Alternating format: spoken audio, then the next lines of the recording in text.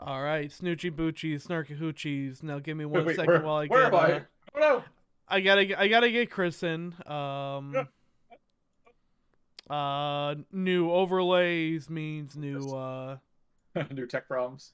yeah, new tech problems. Give me 1 second, y'all. Dun, dun, dun, dun, dun, dun, dun, dun, dun, dun, dun. Where's Chris? Dun, dun, dun, dun, dun. Hey, the Mexican pizza's coming back to Taco Bell. That's Oh cool. yeah, because they probably realized like, oh shit, we Oh, fucked there. up. Wait, that's me. Look at my phone. Well, you're gone now. Uh, Yep, uh, uh, uh, Things y'all are changed. seeing what I normally do. What I normally do before we go live, but today, First time I've worn this Pasheen shirt on air. I feel like it is. yeah. Listen, today's been a fucking day, and this entire like, Does that feel like it's a build-up? yeah. How many people want to kick some ass? Oh, there I am. All right. All right, we are locked in. There we So, Snoochie Boochie Snarky Hoochies, how's everyone go. doing? Welcome to season 2 of Kevin Smith's Jorts and Jorts, where we are just so fucking, we are foaming at the mouth, excited, getting ready to go with this fucking hot take. What are we starting off with? Goddamn 2004's Jersey Girl. I moved out of the Jersey so I could trash this movie accordingly. Kevin Smith said he didn't make this movie for critics. I want to know who he made this movie for because those people suck. Uh, so like we had a little bit of a talk about this on Discord this morning, but like really the best way I can describe this entire film, it it feels like someone it Forgot how feels to like write a someone movie. yeah, it feels like someone in like a Facebook group chat repeatedly talking about their kids. And it's like, yeah, cool. I'm really happy for you. I'm glad you like your kids. I'm glad you like your family. I can't relate. I don't want to relate. And if you make me sit through 1 hour and 41 minutes of it straight, I'm not going to be happy. Yeah, why was this movie nearly 2 hours? Is my question. Do you want to know the fucking crazy part? Do you want to know the banana, the fucking the ham sandwich bullshit? Sure. Uh, he's apparently got a 3 hour cut. Oh, that is that was that sanctioned? The UN's like, no, we can't do that. That's a war crime. This is like the trimmed down version of it, and Oh, I would say I'm surprised about that, but also I kind of think back to the Mallrats Smith director's cut that I watched, where like it was like 45 minutes way too long. yeah. This movie did not like. Is there a version of this movie that's good? Because I watched that cut. Because the cut I watched was not. I don't think making it longer would make it better. If you made it 3 hours, but made that extra hour just George Carlin, maybe. Like Uh seriously, I really hope Kevin Smith had like a really good health insurance for fucking for paying George Carlin's chiropractor for carrying this entire fucking film. when J Lo died 26 minutes in. Also, that 26 minutes to like 5 hours. I was jealous of her. So that means she could stop being involved in this movie, She got and to I leave the didn't. movie. She got to leave the movie early. So actually, no joke, 90% of the hour that was cut was in fact the wedding of Ollie, who, before we even get into this fucking shit, can we talk about Ollie and why is he named Ollie? Because I'm pretty sure Comics Chris knows why he's named Ollie. Oh yeah, he did because fucking Kevin Smith also wrote Green Arrow for the lamest of archers, like Mm-hmm. Purple Hawkeye. I'm sorry, Green Hawkeye. So he's like, what if Ollie Queen was also Ben Affleck was Ollie because Kevin Smith. Some writers know subtext. Those writers are cowards. God, So, fucking, God damn it, Kevin Smith. Jersey Girl, before we can even really talk about Jersey Girl, which Oh. was a movie starring Ben Affleck and Jennifer Lopez, collectively known as Benifer. Uh, I liked the disgust in your voice as you said that. That made me laugh. I get to have this disgust in my voice because I didn't only watch Jersey Girl last night. I watched Geely. Oh yeah, again, again. You chose to do that. I did this on myself because really it's kind of impossible to talk about Jersey Girl, a film that like was collectively being called like Geely 2 because you don't get to make the worst movie of all time and then turn around and make another movie. Like imagine if Tommy Boy was the worst film ever, which it isn't. It's the best film ever. And you can hear the joy literally coming back into my voice thinking about Chris Farley. But you don't get to make Geely and then say, "Hey, let's take these two actors and put them in the exact same put them like side by side in the exact same film, playing a couple again in movie." It literally poisoned the water, like it poisoned the water hole. Um, Um, that being said, so here's my hot take. Jennifer Lopez and Ben Affleck in this movie, when they were working off each other, were good. That was fine. And like, I'll say it, I think Liv Tyler is a better actress than Jennifer Lopez. yeah. Overall, I think Liv Tyler's been in more prestige good movies. This movie's not one of them. Um, so I think for the limited time that they had them together, I thought I it's almost like the things you anticipate are going to be the worst part of this movie aren't. The Ben Affleck and Jennifer Lopez segments are not that bad. They actually play No, off each other relatively well. and it's Because believable. Like they feel like a real couple. they were a real couple and they had to eliminate the marriage sequence because by the time this movie was in editing being pushed to post, they divorced. Okay, so I have some notes now that we got the fucking the I don't say the better for yeah, the better for content out of the way. I hate CGI Jane Silent Bob. That's how the movie starts off. The That just felt like CGI a Venus kick. feud. That just felt Uh, like a kick in the goddamn teeth. I'm glad CGI Silent Bob is dead. I hope CGI. But that being said, that was still better animated than fucking Jane Silent Bob's cartoon movie or whatever the fuck that's called. Uh-huh. Because oh boy. And then we start off with Kevin Smith's bread and butter, Catholic school kids making a bunch of sex jokes. So this movie got about I'm gonna say it, about 5 laps out of me. Yeah. Okay. And the first one came a lot quicker than I actually thought it was gonna come. And Okay. that was uh the school teacher saying excellent droning when Yes. she's asking Yeah. my what are your family? My family is being blah blah, and she just goes excellent droning. Yes. Made me laugh Very good. way quicker in the movie than I think I anticipated. Point one to Kevin Smith. You get three to him today. Also, I like how easy they inform people that kids snitch. Like that's the true moral of the story is that kids snitch, Uh huh. not like sad dad shit. It's kid snitch. Uh, Um, I thought I was watching Liar Liar for a second because this movie periodically feels like not just like a normal like romantic comedy. This feels like a romantic comedy like, and this is really a phenomenon that only really came out in like the mid to late 90s and some of the early 2000s where they made romantic comedies but they tried to fucking hide the fact that they were making romantic comedies so that like they almost had to kind of trick straight men into going into a theater by hiding a romantic comedy behind Jim Carrey. So they go in thinking, "Oh, I'm gonna see a guy talking out of his ass. This is gonna be great." Wait a minute, why are these kids talking about their dads being liars and or liars? Oh no, I'm watching No. Liar Liar, which is a romantic comedy. It's still a really good movie. I fucking love Liar Liar. But that's Liar Liar is a romantic comedy that's lying about being a romantic comedy.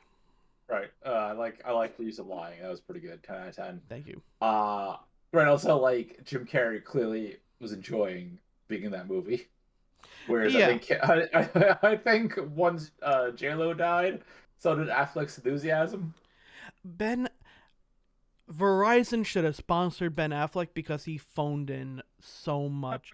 And Ben Affleck is not a bad actor. I have to like put that like I've Like liked we've seen this. We have he was fantastic in Dogma. He was great right, in Chasing Amy. The dude right, knows how to act. Phantoms is the bomb fucker. But yeah, he you could just when you just feel like you're phoning it the fuck in, that was right, him. right. That was And him. like, part of me feels bad because like this is Kevin Smith trying something new, right? Ultimately, like, he's trying something new and like trying to get out of like the stoner fucking comedy movie, so he wants to make a rom com. Which I can't fault him for doing that. I can't fault him for wanting to try something new. Um, but oh, oh, um, It almost feels like he God. went too far. It almost feels like he went too far out of his way to like not Well, like, right, because every time he tried to like to reel it in and make it a Kevin Smith movie, it felt like it was the worst half-assed. part of Kevin Smith movie. Yeah, right. Um, I it's like can it's I like feel the boner jokes are fine. I feel like there's every maybe 15-20 minutes there's a Kevin Smith film trying to break out, Right, trying to claw its way into this reality. And it right, almost feels like and again, I really don't want to feel like I'm bashing Smith for this because yeah, again, it's hard to fucking reinvent yourself. It's hard to make right, something completely like unexpected from you. He's going to do this way more successfully in Zack and Miri Make a Porno. right. But Which has a title that sounds like a Kevin Smith movie, but yeah, also like I feel it's a little more in his wheelhouse because again, like he has a fucking he has how many academy he has George Carlin, one of the most beloved kids of all time, Academy Award-winning actor, or at least nominated actor and director Ben Affleck, Jenny from the Block, uh-huh. an elf from the Lord of the Rings, and Jason Biggs there, the pie fucker's there. Which, we're going to fast forward a little bit, but did you note of Yeah, the credits of the film where he like individually thanks every single person like involved right, in this movie, and I right. love that his one for Jason Biggs was "You overcame the pie." Yeah, right. No, no, Kevin. Just it's that's this is a this is this is that's like when I saw Dragon Force live. They Yeah, they closed on through the fire, the flames. Like this is like this is where they closed with them saying this is the song that put Guitar Hero 3 on the map, and like that's the third Guitar Hero. You don't get to make that claim, you know. yeah. But also Um, like no. To this day, you say Jason Biggs, everyone's gonna say American Pie. Like that rant was in Dog. I mean, Jay Silent Bob Strikes Back. It still holds true. and we're gonna talk about Jason Biggs soon enough. I'm actually really looking forward to that. But All right, yeah, in addition to like the look of like, I will actually say this completely devoid of completely devoid of the content of the film, completely detached. This is the nicest looking Kevin Smith film it is. ever. It's shot. It's someone said it's the best shot Kevin Smith movie, and It I is agree. the most beautifully composed, well lit, and almost Right. all of that has to do with the fact that he was working with, and I'm gonna butcher the tits out of this name, Vilmos Zsigmond, a unbelievably gifted Hungarian cinematographer who has done he did the cinematography for Deer Hunter, Black Dahlia, Close Holy Encounters of shit! the Third Time. This dude worked with Spielberg. This guy worked like this is a fucking phenomenal director of photography, cinematographer, and apparently him and Smith butted heads every fucking day. I But can't imagine why. yeah, but after the movie was done, Smith was like, this guy made me a fucking better. This guy made me a better filmmaker. Like Yeah. this film has looks better than it has any right to be. So before Right. I I agree. there's so much Agree. of this movie I can absolutely shit, but you know what? The look, the composition, the shot setup, the entire sequence at the end with the Sweeney Todd, like shit that is good. Yeah. Oh, good God. Um, I'm also while we're on the subject, I'm gonna you know what I think before we even hop into like the story and notes for it, I think I'm gonna talk a little bit about the things in this movie I genuinely enjoyed. Okay. Um, Jennifer I Lopez. I enjoyed the cinematography. I didn't hate Yeah. J Lo. I didn't hate J Lo as much as I didn't hate the J Lo Ben Affleck dynamic as much as I No, thought I I would. really wish we got more Carlin J Lo. I think that would have been a fun dynamic. I you know what It's like, they were like they set that up. They're like, no, I'm gonna go with your dad to the bar, and right. I'm like, I want this. I want to learn I'll more about Ollie by having right. Gertrude go with him to the bar, and I want him to like just fucking. I want her to like pester him for the most like. Wouldn't that be the most Smith like setup for Right. this? Is her Also, like, asking the most like embarrassing stories from him as a I kid? won't give Smith too much credit, but he avoids the whole, oh, I'm taking you home to meet my dad, and there's an easy opportunity to be like, oh, she's Latino and he's an old racist, and Kevin's like, no, I'm not gonna do that, and like, I applaud him for not doing the laziest writing there. Yeah. I can't say that. I can't say that post J Lo death, but for the most part, like that worked out pretty good. I thought the proposal scene, by the way, was really cute. I thought that was a generally cute scene. That was a generally cute scene, but also he like painted it on the wall in perfect stencil while she was literally like standing right in front of it. How the fuck did you stop time and do that?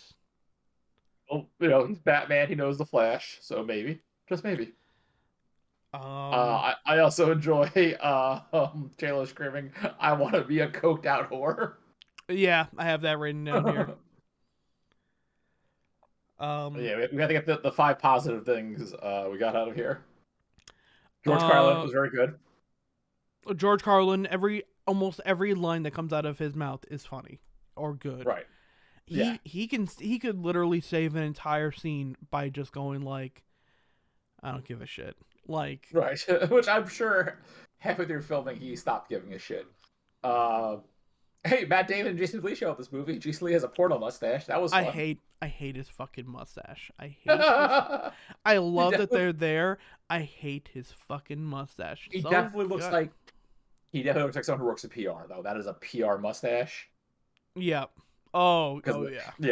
yeah, yeah, yeah. See, I'm trying to look at my notes. Anything else I do like? Some good Cats burns. I have Sorry Carrie and brackets. Yeah. Yeah. Cat's burns. I didn't realize this until I went to bed. I woke up at 3 in the morning because one of the lines in the film is that cats is the second worst thing to happen to New York City. Did you not immediately get that? No, I didn't immediately get it. I thought he was making fun of like bums or something. I went to No. bed and then I'm like, oh, this movie was written in. He's talking about 9/11. Yeah, no, that line was very very good. I'll give him that one. That also reminded me of a better thing, which was BoJack Horseman. The line, "Christ Almighty, you're like 109/11s," Yeah. which is a tremendous insult. I love that insult, but the worst thing, the second worst thing I have in New York City. Spot on. He's not wrong. I'm saying, number of pandemics we had before Cats, the musical, the movie, zero. Number of pandemics we had after that, still going through it. I'm happy that they include Sweeney Todd. I actually really like Sweeney Todd. It's one of my favorite plays, and they ended up doing a pretty fucking solid version of God That's Good. Yeah, That was cute. Liv Tyler with a little what's it called? I think I have it written down. Trying to Pixie be cut. Toby in a fucking Cockney accent. It's No, but very her funny. fucking haircut was bob. It was Yeah. a bob cut. That was a good look. That was a good look. And Uh. also it dawned on me. So sorry to go off on a tangent.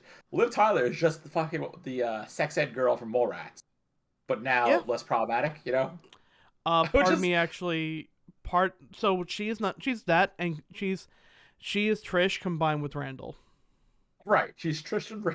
Yeah, right. Kevin Smith couldn't even write an original character, and like again, I like Liv Tyler. I saw Aerosmith live. I bear no ill towards the Tyler bloodline, minus the pedophilia and all that shit Steve Tyler did before he got famous, or why he was famous, and why he's continually famous.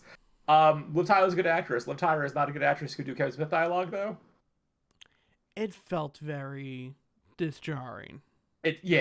Those were it's the Chris Um, Tucker, Jackie Chan. Do you understand the words coming out of my mouth thing? I was like, this I I started no. coming up with my own. I started coming up with my own little theory around that entire thing. That occasionally, Liv Tyler. I, if you ever rewatch this movie, which don't No, don't don't watch rewatch, it. If don't watch you don't it. watch it, don't But watch it. if someone's playing it at a party and you have to watch it, Leave the party. Go rewatch somewhere else. rewatch it with this in mind. Pretend Liv Tyler's character is a person who gets possessed by a ghost every like 90 minutes. She just gets possessed by the stupid ghost, and it makes her say real dumb things like, "Hey Ben Affleck, I think we should have casual sex in your Yeah, right. house." Just pretend. Just pretend that a ghost is making her say all the dumb things that she says. And honestly, it makes it way more entertaining. Yeah, like fucking. I don't. I don't get that whole. So we're gonna jump around because this movie sucks, and I only want to talk about it for 2 hours and play Among Us because this movie sucks. I don't want to, waste too many brain cells on this. When she's just like, "Oh yeah, you masturbate a whole bunch. I also masturbate a whole bunch. You haven't had sex in 7 years. We should have sex in your room." What the fuck was that? Even that thought process? And I like, I'm not being dramatic. That's how that whole scene goes. Yeah, which no one's knocking casual sex. We all have Right. casual sex all over the place.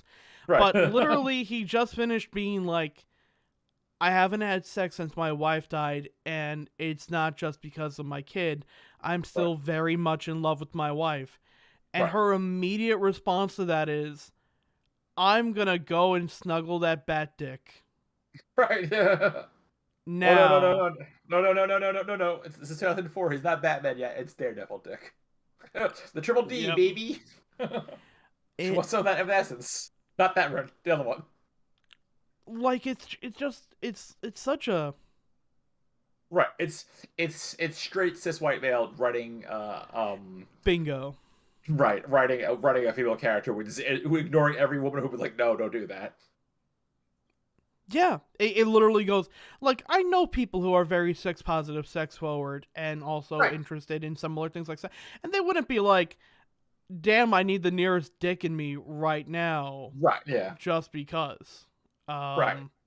Right. Also, she almost fucking like Especially if blackmails you him look into like that. Liv Tyler living in right. That whole fucking thing is wild. Okay, so I'm gonna try to summarize the plot. Usually we do like Yeah, deep by we deep can. breakdown. By This now we can okay. go.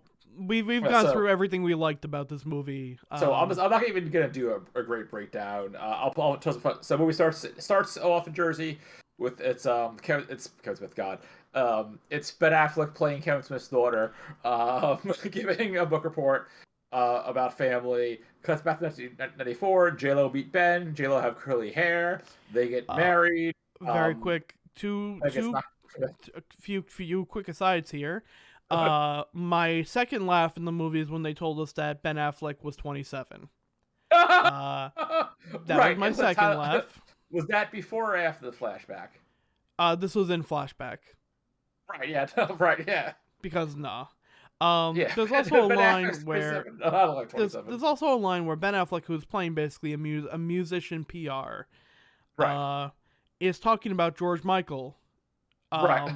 to and he says George Michael is a pimp daddy who's all about the ladies. And Right.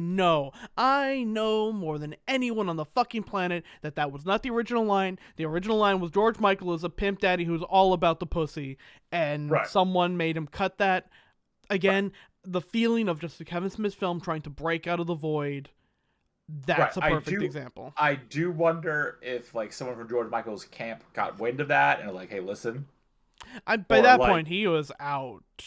or was Kevin Smith trying to be like, if we say this, it's an R. If you say this, it's PG-13 type of thing. I think it's more of the R into PG Yeah. 13 kind of thing. Also, George Carlin's character, Ben Affleck's dad, is called Bart, and that immediately made me type board posting. Oh God! Speaking of board posting, we have a special treat for you all later this week. I'm very excited to share that. Keep your eyes out on Twitter. Um, Also, like, but my biggest problem with this movie, the whole process movie, is that Ben Affleck's from New Jersey, which okay, like nailing the Jersey accent's a little hard, you know, like not everyone can look like Carr from October Force. Problem is the first like 26 minutes of this movie, Ben Affleck is the most Boston man to ever Boston a Boston. He is also a Like bitch. He is right, a yeah. The minute bitch. he tears into the nurse, who was a person of color, when he finds out his wife's dead, that's peak Boston. You know, all he needs is a socks hat and the giant donkeys in his hand, and it's just like, you know, it's a day ending in Y in Boston there. I have written down at least 7 times in my notes. Ben Affleck is a bitch. Right. He is more of an emotional fucking mess than his 9-month pregnant wife. He also feels like his character from Mallrats, just like older. You know, Yes. he went from the fashionable male to fucking whatever PR firm he worked for, Dunders and Dundercats, whatever the fuck it was. So like, uh, um, they start dating, really out of fucking nowhere. Like, Yeah. there's a lot of things that happen in this movie, and there's almost no justification for it happening. Never stopped Smith before, but Right. it's especially noticeable now, considering also that they're trying to like fast car race through the entire. They're trying to get J Lo out of the movie as soon as fucking possible. Right. J-Lo has to fly out somewhere by 5, so Yeah. you have for 2 hours. Don't ruin this. So their entire relationship is basically a tell don't show. Right. Um. Also, Ben Affleck almost scrubs the fond off a pot that that Bart seared some pork in, and don't scrub that fucking fond. You make a sauce out of that. I will come to your house and I will beat you. I know you're from Boston, but fuck you, you bitch. um, here's also fucking my big here's my big issue with this movie. So the flashbacks in 1994, right? 96, if I remember It is correctly. 96. Okay. Uh, right. So at this point, he's just like, oh, Will Smith. Like the whole one of the subplots is that Will Smith is auctioning out the House of Fresh Prince, which is weird because that show ran to 1996. Yeah. But like he's an unknown, or he's just a rapper, and that doesn't make any sense because in 1996, Will Smith has done Bad Boys, so he already has a hit under his belt aside from 2 albums. Fresh Prince went for a while, and the only thing that he got right was Independence Day was around the corner. Yeah. It feels like one of those it feels like in almost any like a movie about a band or a movie about a musician where they have that fucking like that fucking hoodwink scene of Right. like I'm sure there's a scene in the fucking Beatles movie where someone's like, "Oh, I guess we're gonna have to go with Sergeant Salt and Sergeant Pepper," and John Lennon's gonna be like, "Oh, Sergeant Pepper, eh? Right. Slur, It's slur, fucking. slur, slur, slur." I beat my wife. I sound like Wacko Warner. I beat my wife. Um. It's Let's say, it's it's that yeah. like, yeah, of course Will Smith's gonna be the fucking like Which also is really Right. funny because apparently in the original cut of this, it wasn't supposed to be Will Smith. It was supposed to be Bruce Willis. Because the original cut of this film took place in 1989 for those flashbacks, Ah, and okay. Also um, explains. I guess they shipped from a Planet Hollywood to a fucking Hard Rock yeah. Cafe. So yeah, J Lo dies. Um, She died. Aneurysm, giant childbirth. I was jealous of her because she died and had to be in this movie she had anymore. such Where a I still, and such a an hour look twenty of five. relief 12 minutes in when her character dies. Yes. Um, uh,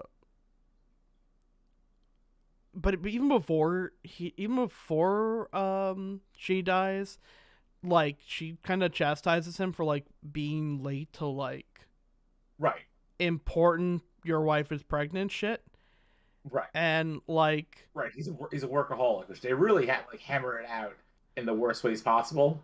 yeah, and like she's basically like, hey, you can't do this shit once we actually have a family. This is the only way we're gonna work. It's like, okay, then maybe you should have talked about having a kid, tit Right. dick.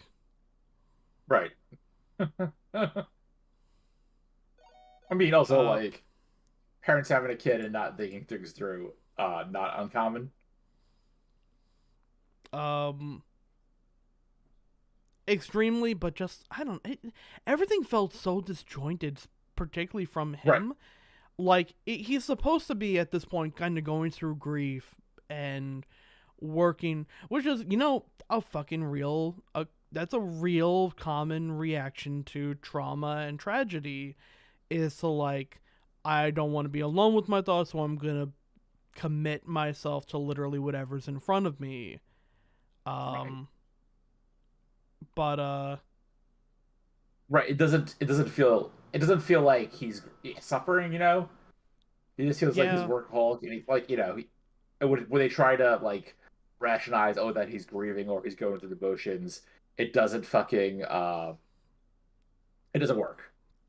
nothing from him feels genuine.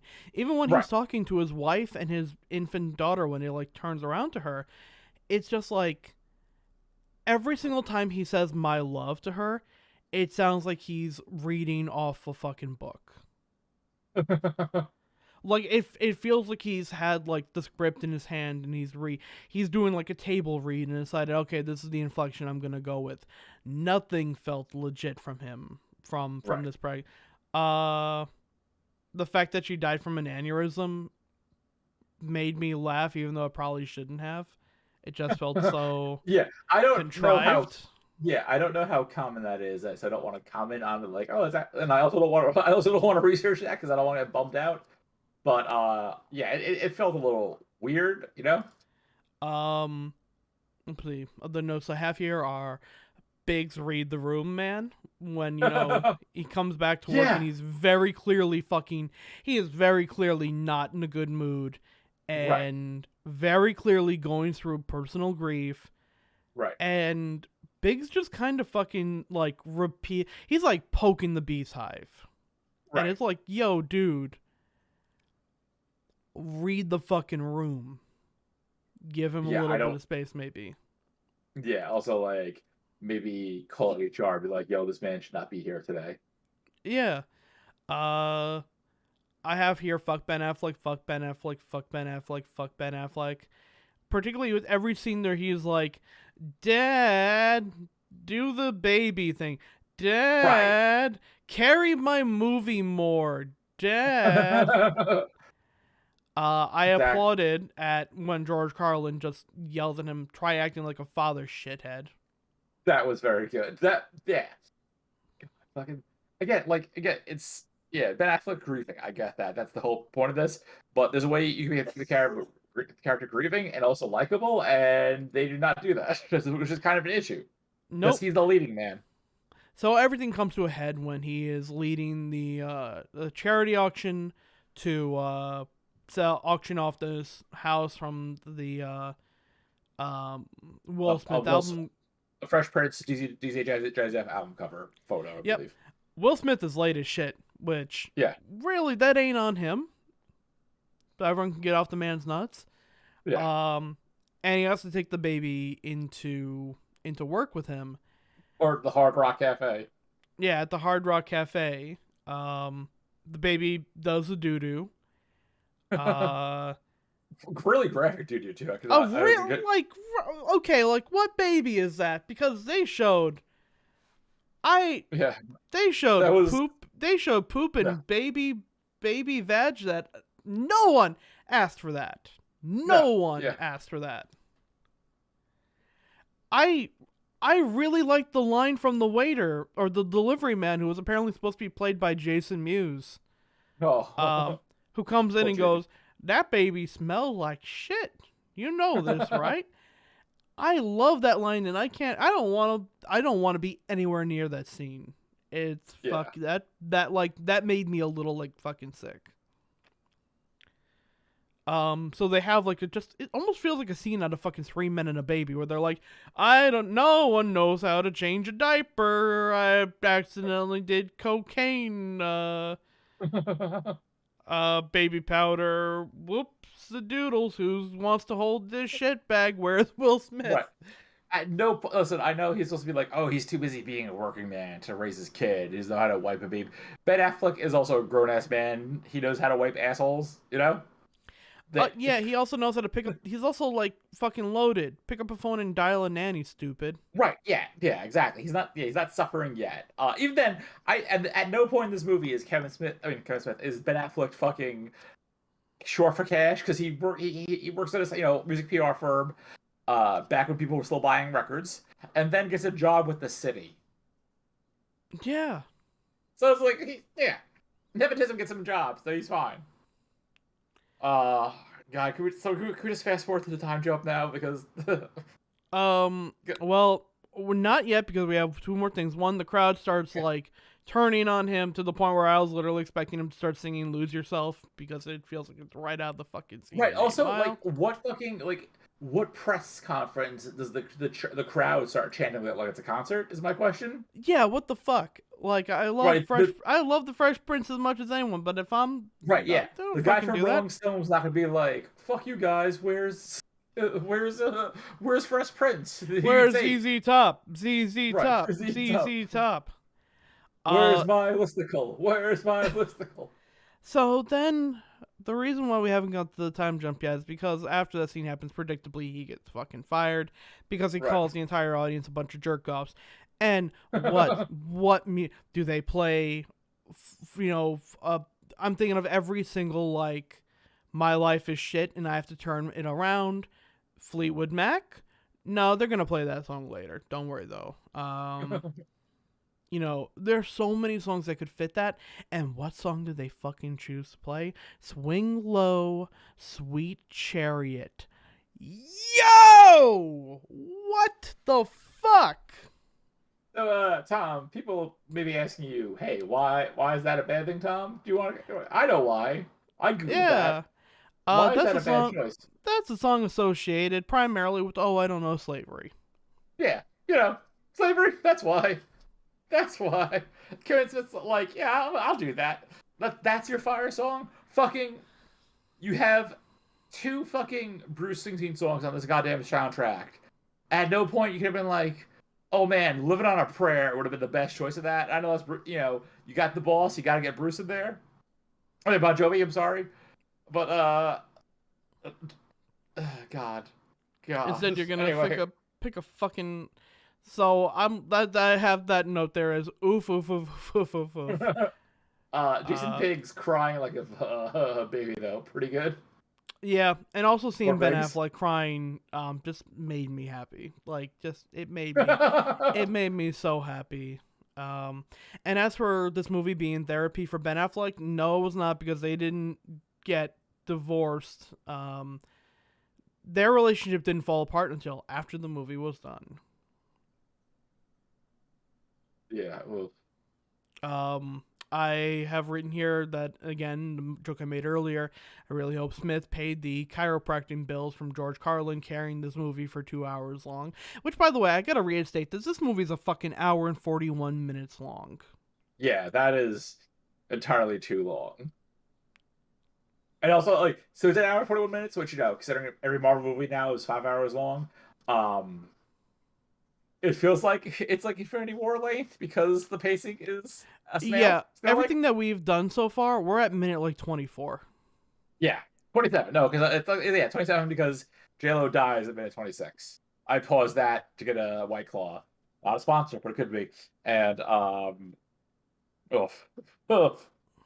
So time jump. It is what 7 years later now. We have Mm-hmm. Ben Affleck is now Peter R. Parker working for the city. I know, suffering. Probably not paying rent either. His dad owns Yeah, the house, so of course, it being Kevin Smith, he has to make a Star Wars reference.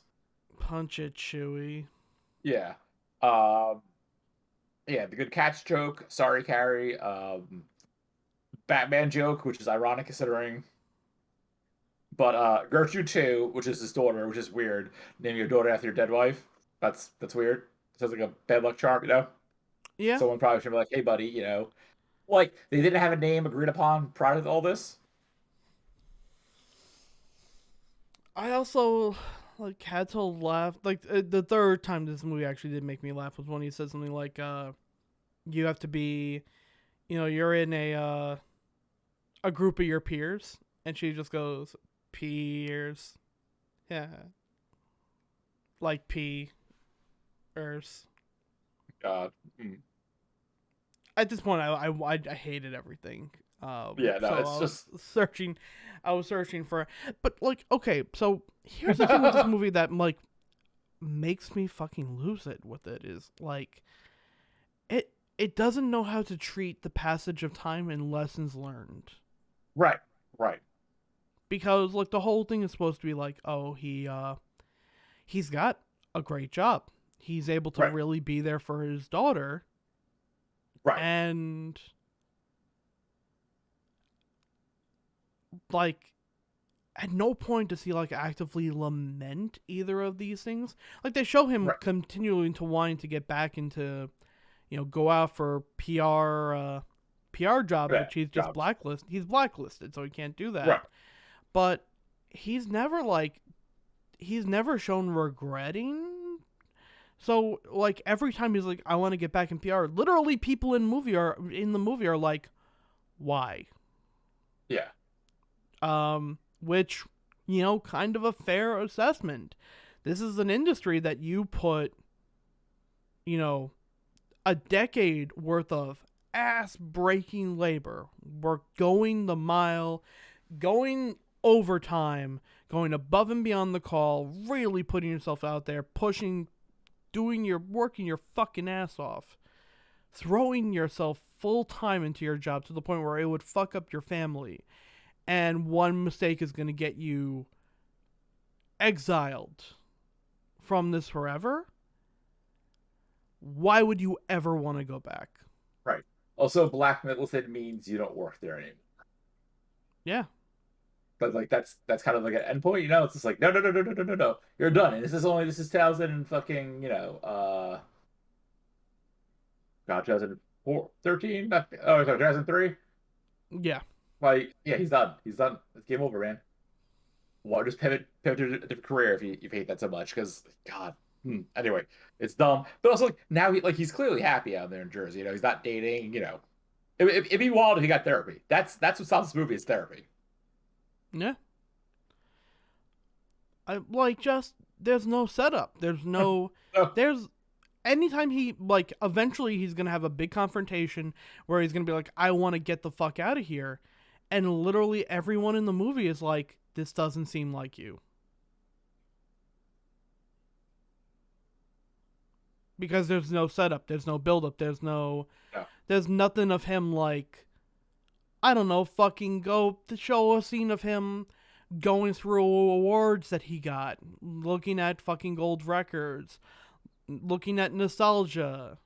Ignore his daughter for 10 minutes to gaze at, a fucking photo album from that time period or something. There's literally none of that. It felt like they had to put a conflict in here because they needed a conflict. So he tries to, go and get back in the industry, where he reunites with Matt Damon and Jason Lee with this terrible fucking mustache.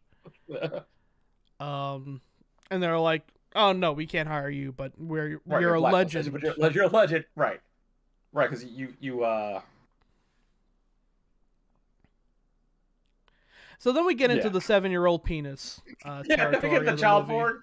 Yeah, no, that was a hard cut because it's like, oh man, you're a legend, but no, you can't do that. Then it cuts back to the house where fucking two 7-year-olds are showing each other their genitals. Which, okay, I know that's the thing. I know kids do that because kids are weird and curious like that.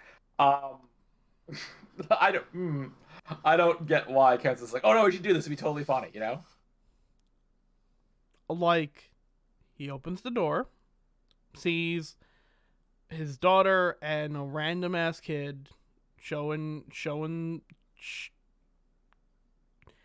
and then he's like, all right, we're all gonna sit down and talk about this. What are your intentions with my daughter?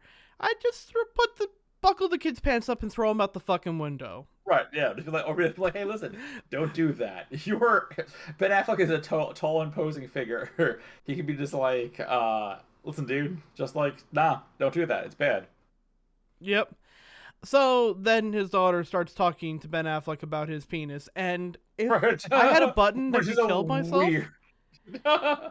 if I had a button Right. that I could kill myself with, I would be pushing that like fucking morphine. Right, because Like, because like with the was lines like, is it as big as his? Yeah, sadly, yes. That is fucking that is just, no one stopped Kevin Smith from yeah. So it should be like Scott Mosier or Ben Affleck or several of the people should have been like, Kevin, no, no, Kevin.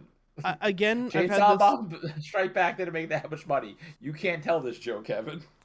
I've made the reference numerous times that I feel like Kevin Smith should have someone at all times who tackles him every like fourth line he says. Right. This should have been one of those. This should have been a tackle. There should have been a Right. tackle one on And there. this is not to sound like alt right conspiracy guy, but this is where this movie gets into dicey territory because we have children showing each other their genitals.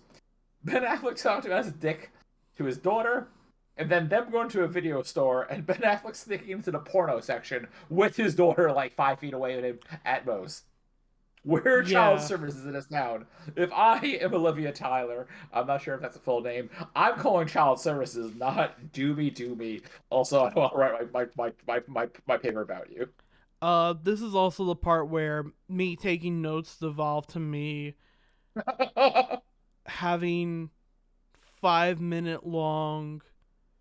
I would basically lose consciousness. I would think of Millfield Uncas and the number one export in Nebraska, Millfield Uncas, Canada's greatest tragedy. And I would just kind of forget where I am, and then I'd look enough, an entire paragraph would be written, and it would be full of stuff like, I'm going to read some of these fucking verbatim. When we're done, I am going to put the entire 4 pages of Jersey Girl up on fucking Google Docs or whatever. I'm putting this out there because these are the best notes I've ever written for any of these movies. So the scene is Ben Affleck while they're renting movies, which feels like a fucking anachronism. Like, there's not even a single DVD in there. It's all VHSs. Like, DVDs were out by 2003. Fucking, I was buying. We were all buying Final Fantasy: The Spirit's Thin for our PlayStation 2 or whatever. Yeah.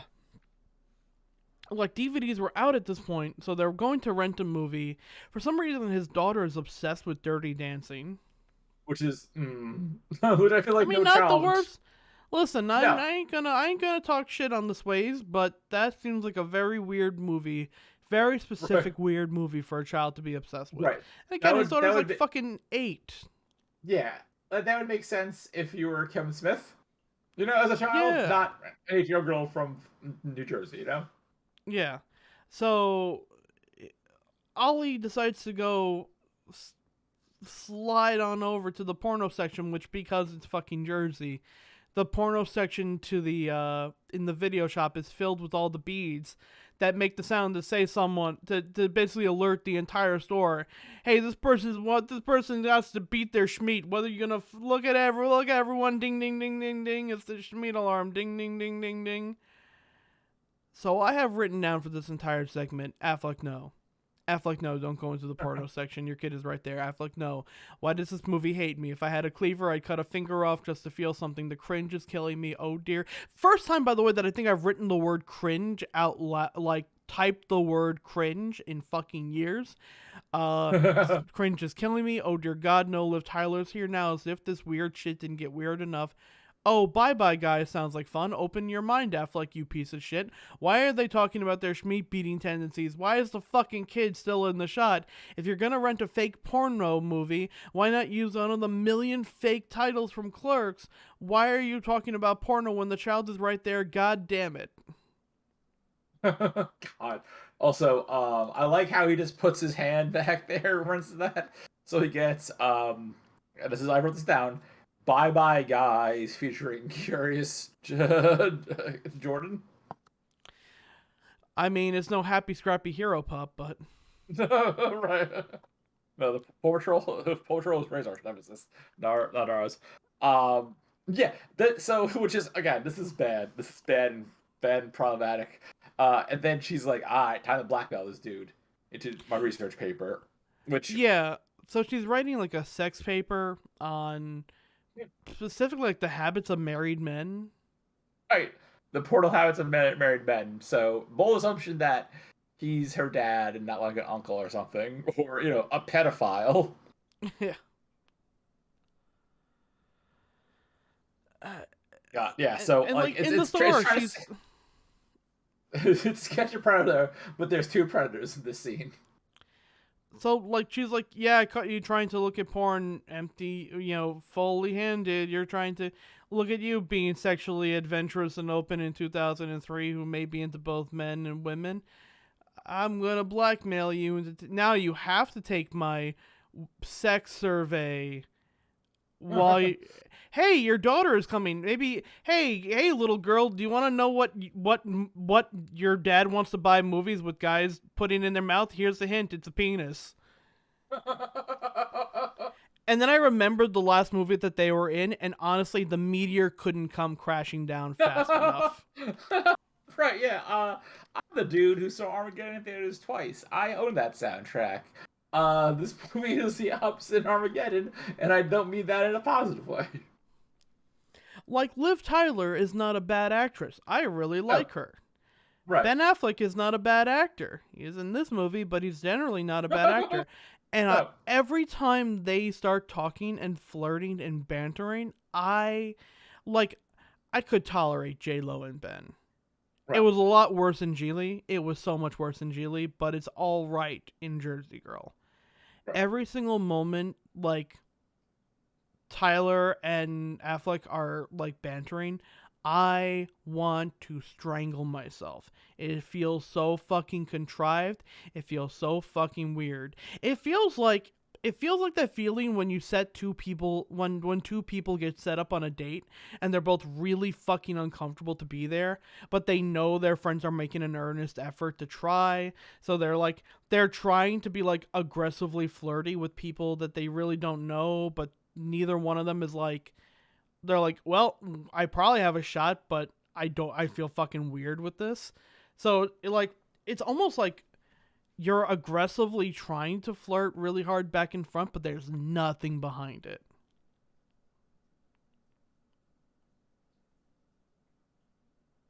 Yeah, it's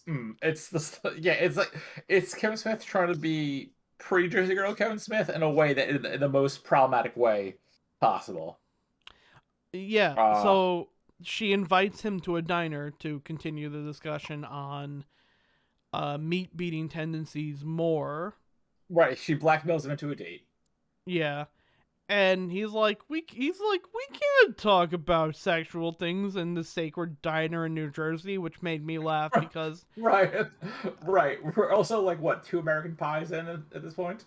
Yeah, also it's a fucking diner in Jersey. Like, That the dude in the table has his over 2 tables over has his dick out. Like Right. Right. He's y'all head y'all chef. y'all ain't fucking. You're not going into the choir with the baby Jesus, singing with the angels, and talking about the Verbutin. But the only way the scene could be more awkward would be if, in the middle of this discussion on Ben Affleck and Liv Tyler's masturbatory habits, if Steven Tyler came in between the tables, slammed his dick on the table, and started singing, "I don't want to close my eyes, I don't want to fall asleep, because I miss you, baby, and I don't want to miss a thing." At this point, I'm actively trying to drown myself in the Diet Coke I'm drinking. This is why I'm drinking White Claw tonight. I usually do this sober, but not today, Satan. Not today.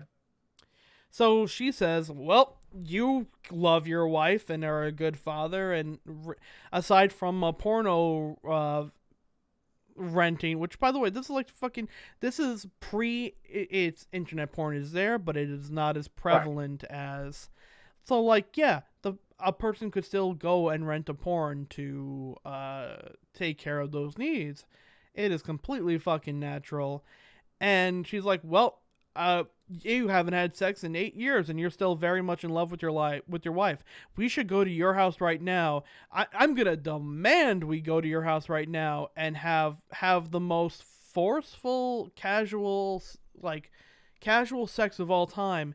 And I'm actively trying to eat my remote control at this point, but it's still somehow the most believable part of the film. So they go into the house. They start like fucking like, oh, they start trying to fucking like make out. They're throwing shirts. They realize the daughter's coming home early, which, yeah, of course she is. How the fuck? So they hide in the shower, and they show the kid taking a popping on the toilet and taking a piss. What? How could this possibly? How is there still an hour left in this fucking film? How could yoga hoses be worse than this? Wait, And hold again, on, I'm hold gonna. on. Is there an hour? Oh yeah, sorry. Yeah, around the stalling part, I have the note. Oh God, I'm only 45 minutes in. Okay. Yeah. So here's Okay. another stream of consciousness thought from old Tom here. Why would you do this at his place where the goddamn kid and George Carlin live? He Right. specifically said no whores, and you are mongering a self-professed whore. Why is the kid pissing? Did we really need to show that? Did we really need to show that? Did we fucking really need to show that? If I throw my fist hard enough and fast enough, can I have it break the speed of light, go back in time to 2006, and smack Kevin Smith as he writes the scene? And is his daughter bribing and whoring him out for movies? I like this kid. I want to see a swarm of bees bite Ben Affleck on the dick.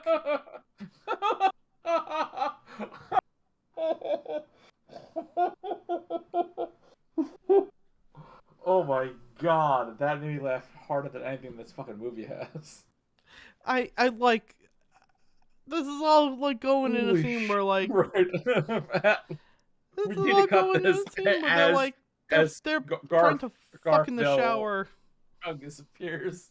God, that was a sentence. Christ. I got possessed multiple times during this film.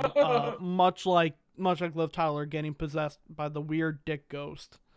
It was Jason Mewes haunting the body, having an experience with his body. Yeah, God, can you believe that Muse was supposed to be the waiter?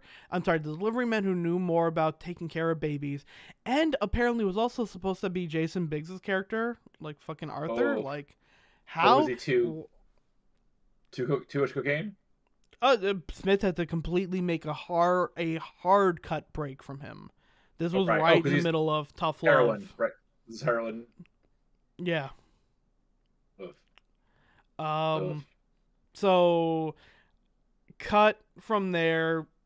George, of course, his father comes home and now like, "Oh, you're home. You're taking a woman into my home," and I'm like, "Yo, it's been years. Let the man bust a nut."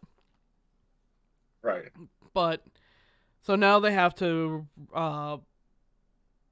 they have they're doing state sanctioned construction work. Yeah. and one of them is, well, we got to shut down a street for a couple of days to do work on this. And the joke is that if you try and, cut a street down in Jersey for a day, people get all pissed off and out of the place. So they're like, damn, no one wants this bill to pass. Hey, you're real good at slinging shit Right. for Oh, fucking the celebrities. daughter Why don't you? suggests this that Yeah. yeah. The brilliant. This is again. This is like so like I don't hate kids in movies. I think probably sometimes the problem is sometimes like directors or writers write kids just to be small adults so they say stuff that's a little unbelievable. Kevin Smith is basically branded this kid as if his daughter Harley Quinn Smith was a brain genius, Mm-hmm. which not true. Also, one thing. We skipped the possibly the only good line Kevin Smith has. I mean, Kevin Smith, Ben Affleck has in this movie. Uh, the daughter is complaining of the granddaughter's saying that her grandpa talks a lot, and Ben replies, he just talks a lot, so we know he's still alive. Yeah, okay, that one was a good one. Which that's just a good old man bird. Anyway, it's time for the boiler room, Ben, to tell the town construction good actually, and they need to open a Dougie in town. So yeah, it's supposed to be, hey, you can find a way to correlate your PR skills to convince people in Jersey to let you do what you want. And I'm gonna read another stream of consciousness, um, because they started playing sentimental music over this, and he's like, "Gulp, guess I gotta do what I can." And I'm like, I don't care how sentimental the music is. You aren't gonna get New Jersey and society. Did you really not write a script for him to communicate to all these people? Because he goes up to the podium and he's like, all right, everyone, now listen. I know all of you. I've been seeing you all in town. I know you. And then it immediately cuts to a mute montage of him on Right. stage talking. And it's complete, like, sentimental music is playing.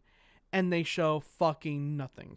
It's all Yeah, mute. but And then at the end, they're like, yeah, we like it now, which feels like, honestly, something out of fucking Clerks, the animated series. no, But I'm like, did you really not write a script for him to communicate to these people? no, Did you no, no. just source bro trust me with this? You couldn't actually write something heartfelt for 5 fucking minutes to show that he's communicating not only with his daughter, but the town? Come the fuck on, buddy. This is your wheelhouse, myth. And then I had to go back and addend it because apparently they wrote a full speech for him to give. It's in the director's cut whenever the fuck that comes out. But they had to cut it due to time. But that's a really important fucking sequence in believing that his character is really not only connecting with his daughter, but the town he's living in. That's the payoff. That's your Chasing Amy speech right there. Right. And you just fucking montaged it. I know. Yeah. Also, there's no listen. I know I've only been in Jersey for a few days, but there's no way you can convince anyone in New Jersey that construction good actually. Yeah. Also, yeah, they cut that speech, but they didn't But cut not. they didn't cut the penis part. God, fucking. So they cut Oh, they cut to the video the store phrase. again.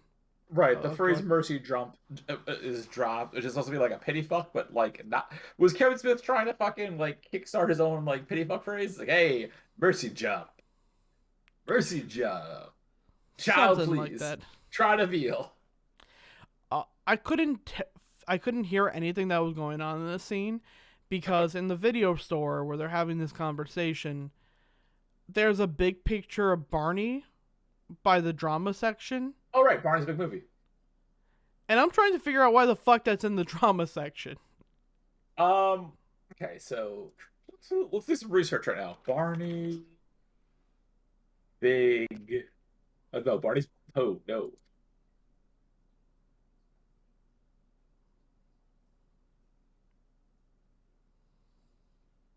Oh, hold on.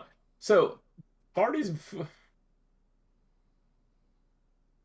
I'm trying to. Okay, so what the hell? I want to know what this Barbie movie that there. So Barney's Great Adventure was the movie that came out in 1998. I don't even think it was like I don't even think it was for like this specific movie. It was just a big fucking cutout It's I'm of staring at the Barney. poster right now. It's 1-to-1 in the poster. It was in the video shop. Oh, okay. So and I'm like I'm trying to figure out that this is like a Miramax thing. So like because all those movies they were shown for the most part were Miramax with a few exceptions. Including some that Liv Tyler and Ben Affleck Right. actually acted But in, also the like Men in Black. Phantoms. Yeah. Uh no, no, this movie has nothing to do with the purple. Yeah, I don't know. That was weird. It was so fucking weird. Oh, and of course he goes to her and he's like, "Well, I'm glad there's no awkwardness between us now," which immediately makes it awkward. Right, yeah. Who says that? To which I Then said, "Now that there is now turtle dick." right. um fucking yeah, that happens and then he's like suddenly he's revitalized, he's gonna go talk to Jason Biggs to get a job interview. He goes to the Hard Rock Cafe, which at this point, Biggs should know what's going on. It's Yeah. like, okay, a guy I haven't spoken to 8 years calls me out of the blue, wants to meet me at the place he got cause his career gets fired. He's either gonna kill himself or ask for a job. Luckily, Jason Biggs. So you know Jason Biggs. He has big suit, but also big suit has big heart. So he's gonna help Ben get a job. I thought he was gonna give him the fucking business because he's like, Ollie, I've been waiting 8 years for an opportunity to, and I'm like, oh, he's gonna give him. I'm like, he picked the Hard Rock. I'm like, he's gonna give him the fucking business. Like, I've been waiting for an opportunity to be able to help you like you helped me, and I'm like, this man fucking almost ruined your entire career. Like, Right. He should have smashed it with a Van Halen guitar that was signed or whatever. yeah. So he's like, yeah, I'm like, he learned nothing in 8 years. So he comes home. Well, oh, by the way, the entire side plot is his daughter wants to do a song from Sweeney Todd for a school play, which they're Right. like, we want first graders to sing the Broadway song of your choice, and your parents got to be involved. What fucking? Listen. I've been going to Catholic school my entire. I have seen some weird shit, but I haven't seen shit that weird. I've Right. seen It should one. be like a church hymn. Or Yeah. hymn rather. I saw one. Uh, we had one music director who thought it would be a great idea to pick a musical and then have each grade do a different song from it. So we had a bunch of third graders singing Grease Lightning, but he had to Oof. modify the lyrics, specifically the part about getting lots of tit in Grease Lightning. Um, but I have never seen anything like that. So they're rehearsing, and he comes back and he's like, "Hey, I'm gonna get my old job back, and we can go to the city, and we can say fuck you to this place and let Grandpa die alone, and fuck Bill Dotree and his best friend here." And his daughter's like, predictably, like, "The fuck are you talking about?" Right. I'm 7. This is all I know. Why would you want to take this away from me? And he's like, "So you were just lying?" Yes. This is literally entirely what his job is. Right. HR is just is I mean PR is just lying for a paycheck. I mean also that's also called being a lawyer depending on where you go. Yep. But Oh, and of course he can't. Oh no, I have to go and do my interview. Oh, you can't do your interview on this day. It's the day of your daughter's play, and the right. prom's tomorrow. Right. They both happen to be on a Monday afternoon. Which Yeah. okay. I can believe that the school event is on Monday. It is not going to be at 5 p.m. As someone who had to drag his parents to another, it's going to be interview at 4 and then fucking a 7 p.m. show, not 5 p.m. on a Monday afternoon. Okay, as most people are fucking working. Okay, Ben Affleck is on the right here. Yeah. He's like, I have a meeting in the city Right. a well-paying job Right. in a field I like to do, and they're like, Right. And you I don't have can't to fucking live with my elderly father anymore. yeah, they're like, oh, you can't do that. And he's like, yo, it's my life. So Right. him and his Yeah. daughter are getting a fucking like a fucking vicious shout out. I do like the fact that I don't want to run the subway. Subway's full of junkies and mole men.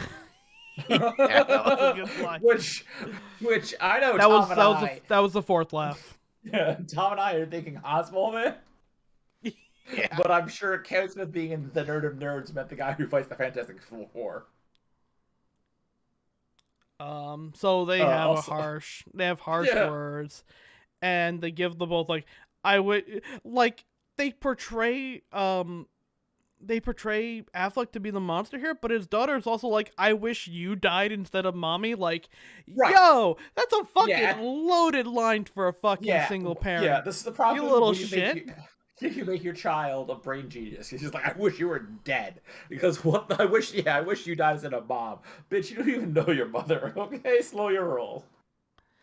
And then he's just like, "You ruined my life," which Ben, one of the people who were lying, Ben, maybe Um, you should not. I'm gonna read here Then, from my then notes we, again. then we, I'm gonna read. I go, please, Carlin, punch him right in the goddamn face, punch him right, right in, punch, take a swing, smack a Rooney. Oh no, fuck right off, you're not playing Fleetwood Mac right now. How you are. stereotypical can this movie get? I haven't said it in a while. Ben Affleck is a bitch. I'm gonna go play Wordle. I'm getting down to the last guess. S question mark AR. I'm a bit unsure. I might have to check a dictionary. Oh wait, it's sugar. What the fuck is the matter with me? So now at hour 13, Ben finally goes to here's the note. 113 in. Ben finally visits J Lo's grave. Also dead. My relationship with my girlfriend for forcing her to sit through this piece of shit with me. Amanda, you're a saint. Then Ollie talks to the next note. Ollie goes to video shop to talk to me about stuff. And then the next line, I too also cry in porn sections of the video rental place. I love that he opens. Which, by the way, the last thing that she saw was, "I wish you died instead of mommy. Well, you ruined my life, you little shit." And then he's like, "What happened? You kind of vanished." Yeah, no shit. I would have. I almost ran out of my own goddamn house to get away from that ugliness. I like how there's clearly like a day where he doesn't talk to his daughter. Yeah. It's like it hard cuts to the next day. It's daytime for the sad daughter during the Stevie Nicks screaming about whatever, and then he's in a graveyard with a beer or the docks with a beer. And he's like, so, sex. Do you think it might be more than just that? And she's like, maybe for a second, but motions No, and everything. Old man balls. Haha, you so silly. I'm 26. I'm a strong female character. I'm definitely not gonna go cry in the portal section. Immediately cry through the portal section.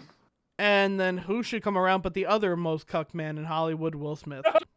Yeah, right. So the pair for not that he's in the portal section, but Big Ben goes to his big interview for big PR job. He waits there, and then Big Willie style comes in. And then what's more annoying than Kevin Smith making here talking about his kids? Kevin Smith via Ben Affleck talking to Will Smith about Will Smith kids. I wish they just recorded all of Will Smith's lines via green screen. I really do. Just had Tracy Morgan play Will Smith. Although there is one great line, Will Smith gets probably the funniest line in the movie. It's my fifth laugh. When he talks about his daughter Gertrude, and he goes, "Why'd you do that to your daughter? Naming her that." Yeah, Kevin. Why'd you do that? Why'd you do that, Kevin? Why did you name your daughter that, Kevin? Kevin. Kevin, why'd you name your daughter Harley Quinn? Kevin. Why Harley, Kevin? Oh, tell the audience why you named your daughter after a cartoon clown, Kevin. Kevin. Kevin. So then we start talking about Will Smith's dick. It kills me because fucking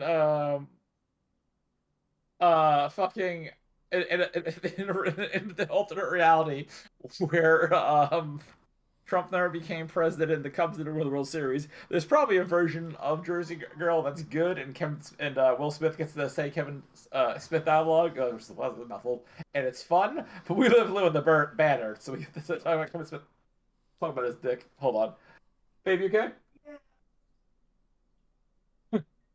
Anyway. Um,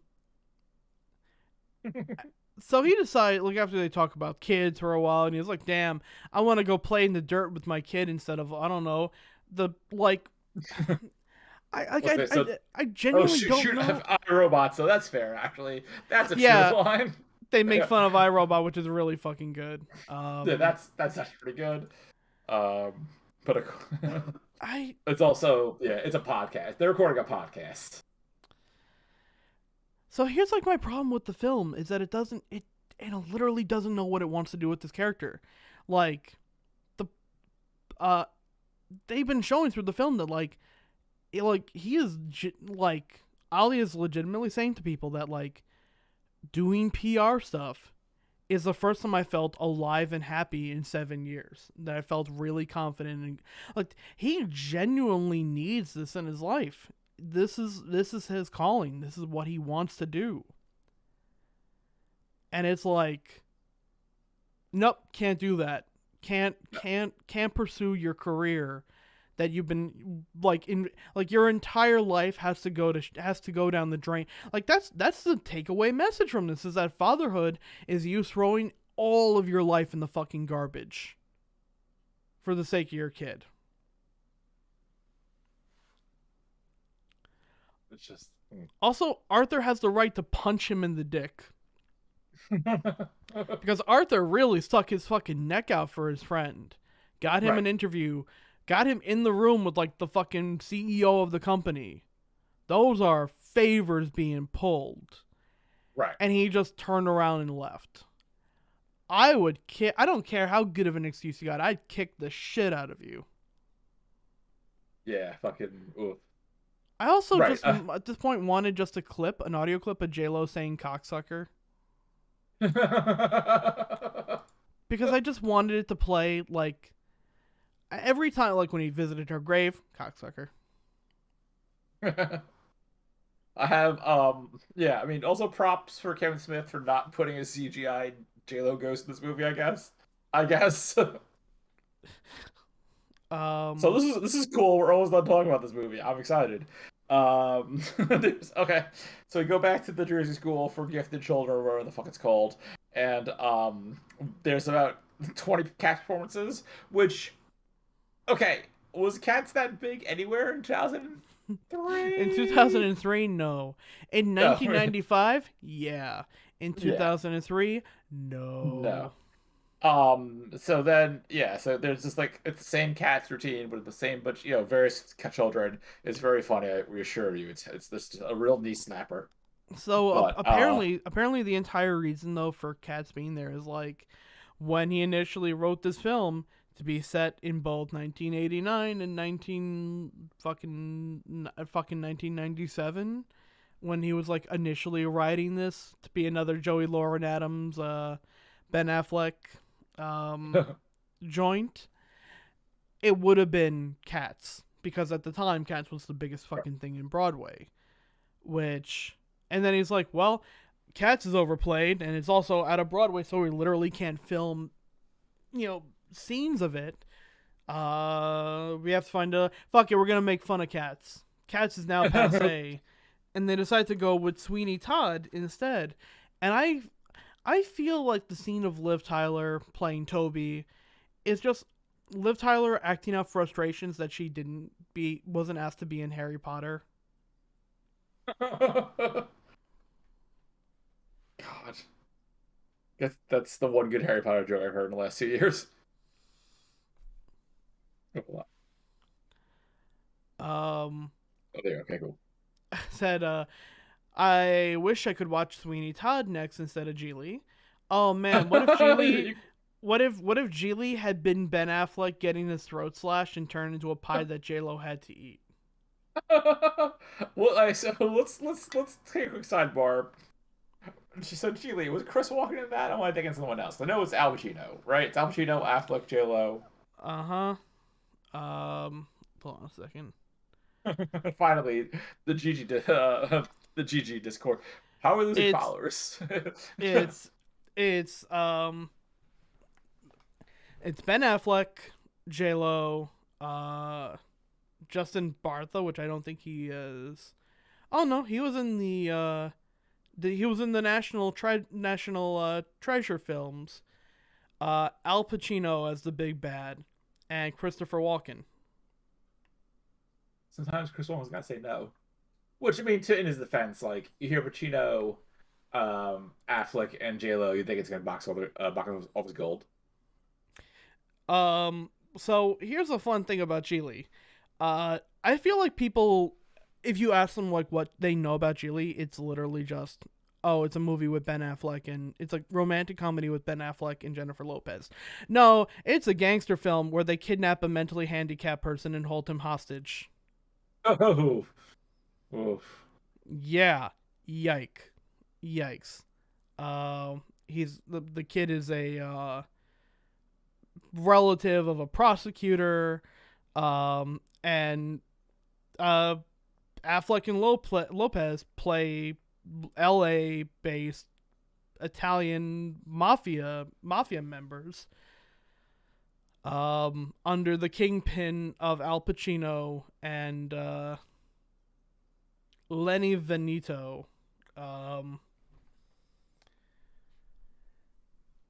And oh yeah, Jennifer Lopez is also a lesbian who goes through the fun transformation of, oh, I'm a lesbian, but I find myself strangely attracted to you, Ben Affleck. To the point where her girlfriend comes in and starts beating the shit out of her for changing sides. So like, it's a combination of Jersey Girl and Chasing Amy, but somehow worse than the movie I just pitched. Yep. Then a woman tries Oh to slit dear. her wrist. Uh, they cut off a fucking thumb from a morgue. The film gets fucking dark and weird. They cut off the handicap. They cut off the kid's thumb. Like, Oh, okay. Hey, Tom, let's not talk about Gigi anymore. How about we go back to well, Ben make it back back in I time to see his daughter do Sweetie Todd because oh, ooh. yeah, it's a fucking wild ride. I will say this though. Um, the kid has like the movie's ableist as fuck. Like it's Yeah, yeah. fucking 2003. But I think they're trying to imply that he has Tourette's. So repeatedly through the movie, he just looks at Ben Affleck and goes, Affleck. "Wow, you must be the stupidest person ever. You piss-headed piss fucker, dog idiot. You dog idiot piss head piss fucker." But say it really fast. And every time they did, it made me laugh. Not at him, but at Ben Affleck being called a dog idiot, pisshead, pissfucker. Oh, that's fair. I have one page of notes on Geely, and it's just I hate it's just I hate this. And not even enough to like go into a stream of consciousness. Like it feels like um it feels like someone who was like a huge South Park fan in 2001 trying to make a mafia movie, but they have no idea how comedy works. It's just bad. It's stupid, and then it just goes off the fucking rails. So Ben Affleck's running home. He is loses his car to traffic. Right. He's Oh like, no, he loses his car to the construction that he signed town up for. oh Sold the right, town. Which what kind of what kind of message is that? Also, wouldn't he be aware of that? which is where I think I wanted the clip of J Lo saying cocksucker to come in when he's like, "Wow, damn Yeah. Gertie, you're really making this hard on me." I just wanted the ethereal voice to just come in and say cocksucker, like, Right. fuck you. Just blue CGI Star Wars goes JLo. being, No, no, not being that. you. We need fucking Lion King, big Mufasa head. Ben, I love you, Ben. I love you more than tacos. I just wanted like a big head J Lo to come up and go, "Fuck you, no," and just disappear. Um, I am still Jenny from the block, and I love you, Ben. I love you more than tacos. I Taco favorite love, kisses for the I love when Jenny from the Block came out, and literally everyone on the street on the Bronx where she was born was like, "Yeah, that girl's a bitch." valid and fair. Um, but Um, yeah, so yeah, because this movie is isn't the movie hacked enough. it ends on the most cliche fucking ending song for a Oh, family comedy oh, ever. wait, we gotta fucking make sure Lauren know that Ben makes it back to the school, can play his role as Sweeney Todd, murders his father on stage, and and I shit you not, in quotes, and then everyone claps. Yes, this movie ends with an everyone clap scene A slow because clap Kevin. at that. Oh yes, a slow clap because this movie is a shit show. It's a war crime of a movie. And then it also goes right from that to "You might have opened the door. All right, You yeah. might have opened the door." Open the door. Right. Yeah, there's fun. They're at the old man bar. So it's wild that Affleck is willing to have sex with Liv Tyler in his bathroom after going out for fucking grilling slash interview, but they can't kiss at the end. Yeah. So it basically ends just like fuck your career. Don't Right, pursue what you're good at. Makes you happy, you right, big stupid bitch. right. Um, It's Kevin Smith being like, "You, it's great, kids. We love kids. Kids are great, guys. You, it's great, kids." don't leave George Carlin to die alone. Right, yeah, right. At some point in this movie, Jordan Carnes is like, "I just don't want to die alone," which It's like, yo, what the fuck? is also okay. Now, okay, so we're done with this movie. Among Us will start at 10. Now we're gonna show this movie at a burst. I'm gonna get Michael or Tom to kill some time because we're gonna talk about shit in this movie that Kevin Smith introduces and then never follows up upon. There's also the line before we end really quickly. The sun even shines on a dog's ass someday. Now I'm mad. I'm switching from White Claw to Blue Moon. Not a sponsor, but it could be. This movie cost $35 million. This is his most expensive movie at the time. How to do it? Have fun. How did this movie cost 35 million fucking dollars?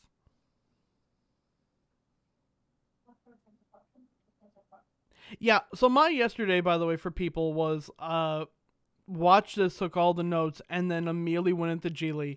Passed out most of the way through Geely. Which, you know, there are some movies that we've had to go through ways of finding to Okay, watch them okay, okay, on okay. stream. Yep. Tom. So, okay, some important news here we gotta discuss. I forgot about this, and I saw my cat isn't cute, so I had to remind me. So I figured, you know how when we did our well received, very good Sophie Bell bit this past weekend, we had Yes. images. Yes. I have some images I would like to send to you, and then you can put on the screen. We could react accordingly to this. Out of the four images, I think there's like five images in total. Four of which are related to Jersey Girl. One of them is just very good. Okay. Okay, so I'm sorry. Yes, okay. First off, this is Will Smith realizing he's in a Kevin Smith movie. Are you sending these on Facebook? I'm sending a face right now. All right, let me see if I have the game capture. I apologize that this. Yeah, we're doing this bit live. I just told Tom about it now, so this is on me. I just want to make sure we're getting it because I think I just have to Okay.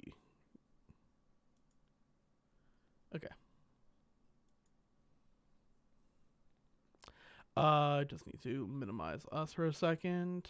In fact, I could probably just Game capture. There we go. I see in the background. I see. Okay. Well, yeah, when you realize you're in a Kevin Smith film. Then we have this Siri enhance. Siri enhance.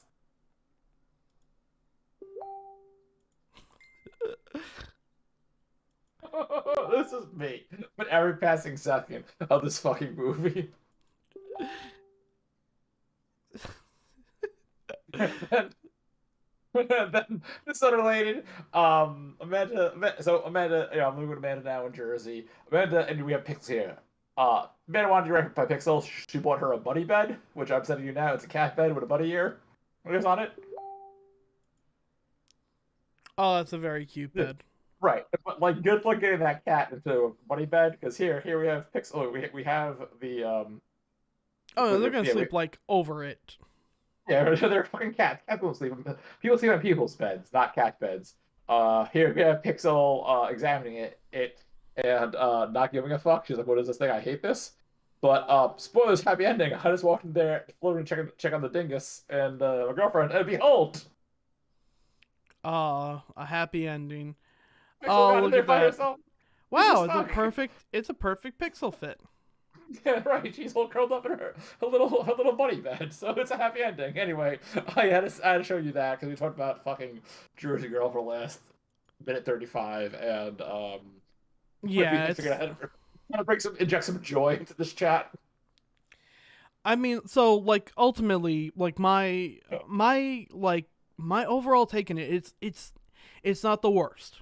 It's definitely not like the worst film. It's the worst Kevin Smith movie we watched so far on this channel. We have watched so far.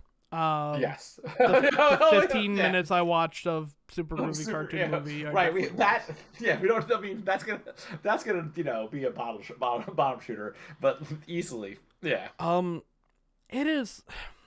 Like, I don't know. It to me, it's like one of those movies where it's not like egregiously offensive. Clerks 2 is in some cases egregiously offensive, and next month's gonna be a fucking episode. Chasing Amy, and Mallrats, which are both bottom shooters, for us, are offensive. But at least Kevin Smith succeeds on some level doing something in those movies, or at least taking a risk. This one feels like it does nothing. Right. Also, like, he throws out all these concepts that he never built upon. Like, fucking Affleck keeps on calling his dad an alcoholic. Yeah. And at worst, we see him drink a beer or two at the end of his... He's a grown-ass man. He has a beer. He goes to the bar hanging out with his friends. There's never any signs of fucking alcoholism or anything like that. And, like, George Carlin has to raise another goddamn kid and go to work.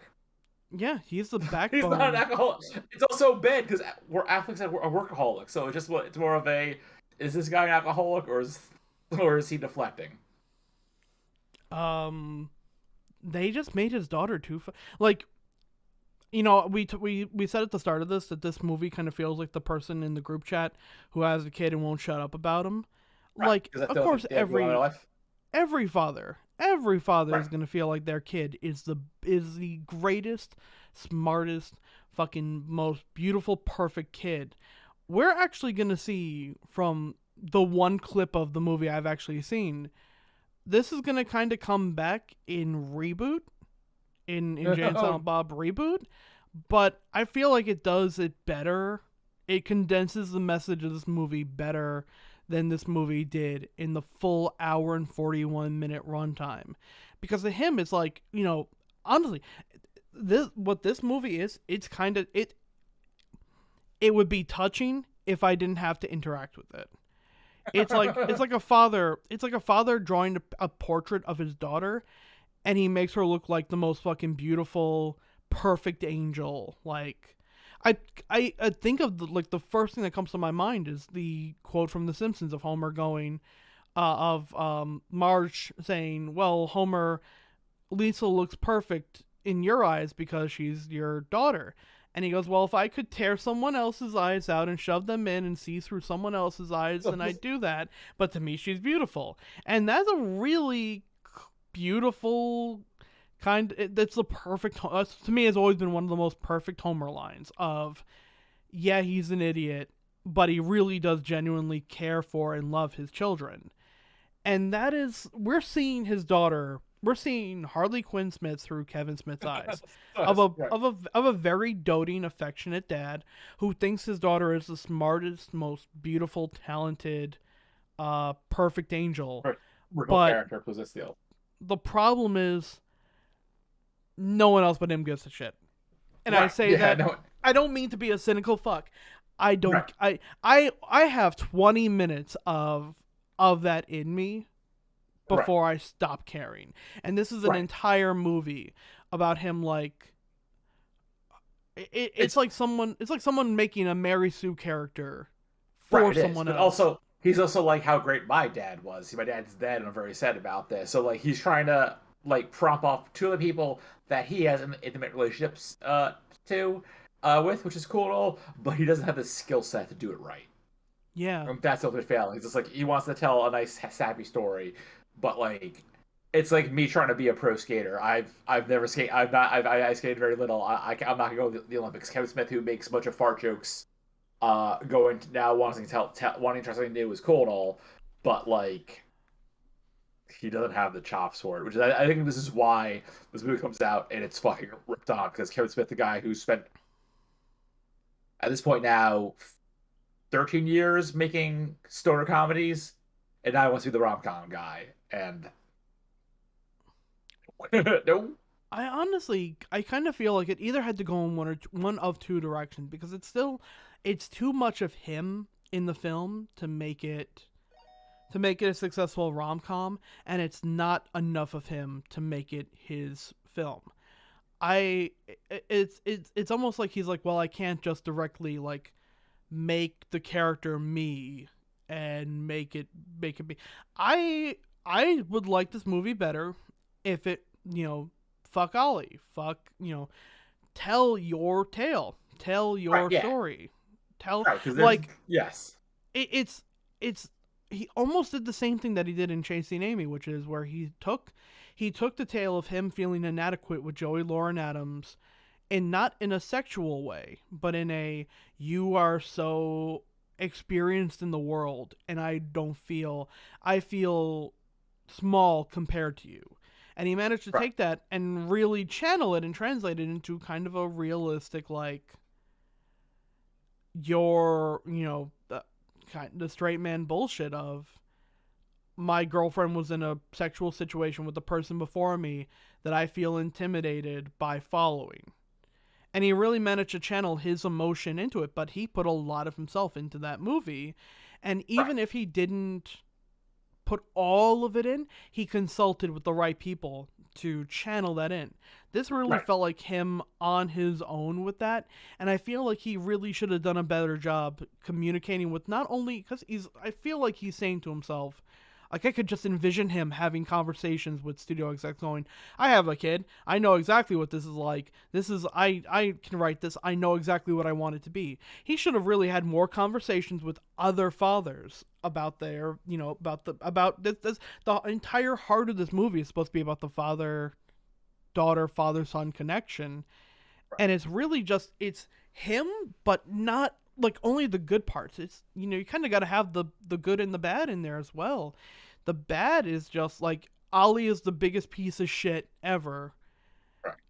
is what they want you to feel. But like, I found myself oddly rooting for the guy. I'm like, after 7 years of being there for his daughter every fucking day and his family, I Right. want him to get his job back. I want him to get his Right. dream job back. I want him to be able to, you're at the point now where, you should be able to go in and work and then come home and, come home to your family in the suburbs, and, or like work from home, or do like, the fact that his family completely shuts it down is almost as shitty as him like coming in and immediately like firing from the hip going, I want to get the fuck out of here, fuck all of you.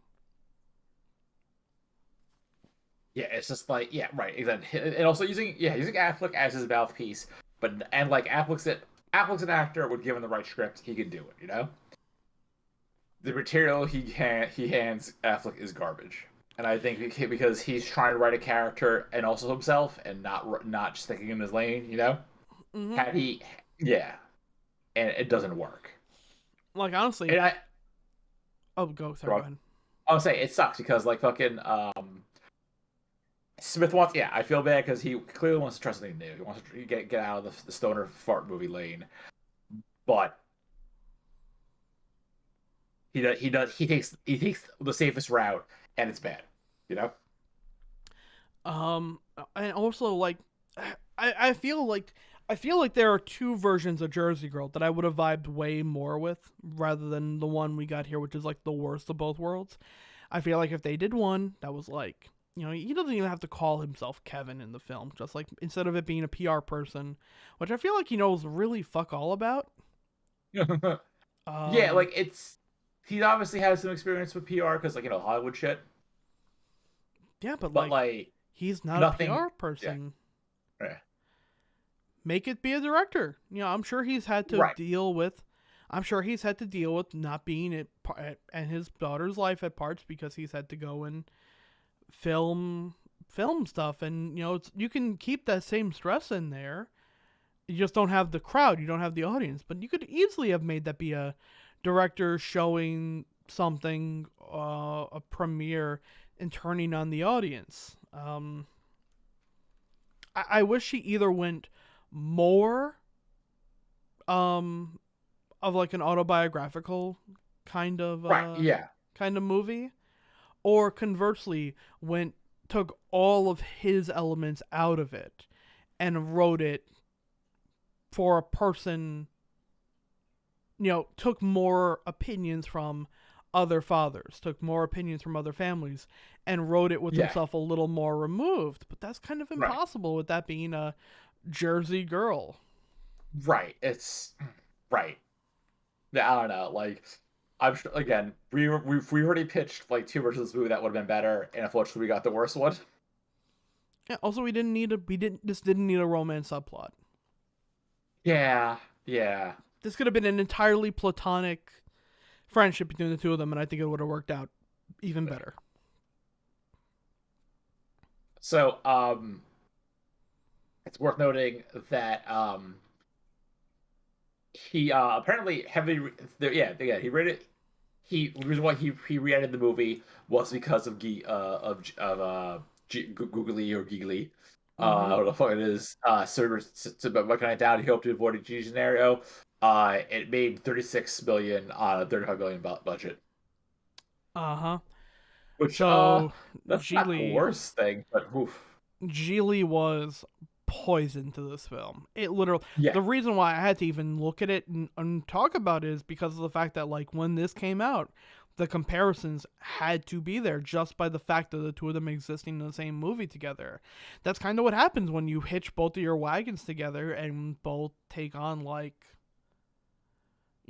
take on yeah. a film where you are both playing characters, romantically involved at the peak of your very public uh very public relationship. It Uh, fucked that Also, movie, and it I fucked just this one. I just found out. So apparently, Gigi was supposed to be fucking Halle Berry in Affleck, but Uh-huh. she dropped so she could be Storm in X2, which holy shit, bullet dodged. Yeah. I mean, Halle Berry would then go on and star in Catwoman, so delaying the nibble there, but She did probably my favorite thing in the world though, which is when she won her Razzie, she actually showed up and accepted it. oh yeah, no, that's true. So fucking. Yeah, cool. By the way, speaking of Razzies in this movie, this one was nominated for multiple Razzies, including Yep. worst on-screen couple with Ben Affleck and slash or Jennifer Lopez, Liv Tyler. Ooh, ooh. Yeah, that made me laugh. That's pretty good. Pretty good. And I know like Kevin Smith would fucking hate that because he's Kevin Smith. The So hey, fun critics, fact, not critic, for yeah, critics. not for ham. That God, also, for people unaware, well, first off, Tom, fun fact: my Elgato Stream Deck somehow uninstalled itself since I moved here. Uh huh. Yeah, so I just got a notification saying, "Hey, install software." I was like, "Come again?" Two, yeah, reading that Penny Arcade. So let me bring that up for the chat so people know how we're talking about. The minute we said Jersey Girl, I've had this one in my chamber for a minute, and I knew once we brought it here, I'd bring it up. Uh, um, I mean, it's the one on the tweet, right? yes. But here it is right now. I'll copy the link. I'll drop the link in chat. It's funny because like on one hand, you can tell like these guys had definitely not seen this fucking movie. We're like, oh, we're making a joke about how we're not doing things for the critics. Uh, and I think Twist and Catsby probably have a more endearing legacy than uh, than the fucking than Jersey Girl, even though they're just a cat. And, it's like random XD webcomics nonsense. Did it really not capture again? Hold on.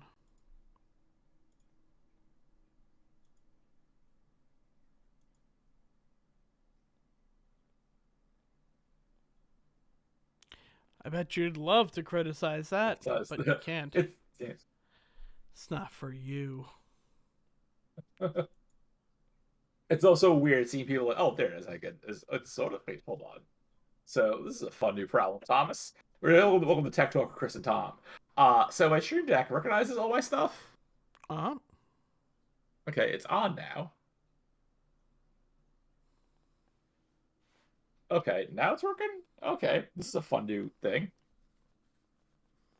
All right, my Stream Deck now works again. Okay. This is such a comic that only reads a headline and will not watch the movie. Oh, absolutely, Runch. Yeah, I mean they didn't even admit like they didn't see the movie. Do we want to talk at all about the crazy credits? So what's wrong with the credits? Because aside from like Kevin Smith thanking a bunch of people. Oh, I mean, like in IMDb, anytime the credits are anything other than just the name of the staff, they call it crazy credits. So in this case, this would be like the entire like. The director would like to thank God, who still seems to be a fan of mine, and vice versa. Jenny proved that God is still a fan. Did he though? Did he though? Is God though a fan? Scott, love you. You're the James Brown in the film. I don't know what that means. Go on.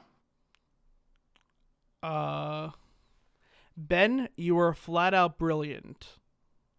He is not in this movie. Argo's a few years later. Go on. Jorts, you were funny, smart, and a great actor. It's just not fair. True. R.I.P. to the legend. Yep. Absolutely correct.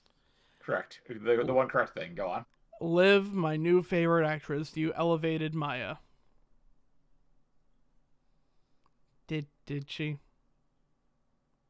Did Maya is like a bread that has no yeast in it. You really can't elevate something that. Right. She's Wonder Bread. Yeah. Yeah. So let's take a break from this for a minute because yeah. So fucking Liv Tyler at this point now. She was in 2001. She was in One Night at McCool's. Which whatever. Then she also did Lord of the Rings. Yeah. Which those movies kind of big. A little bit. Then she did Jersey Girl, which oh no.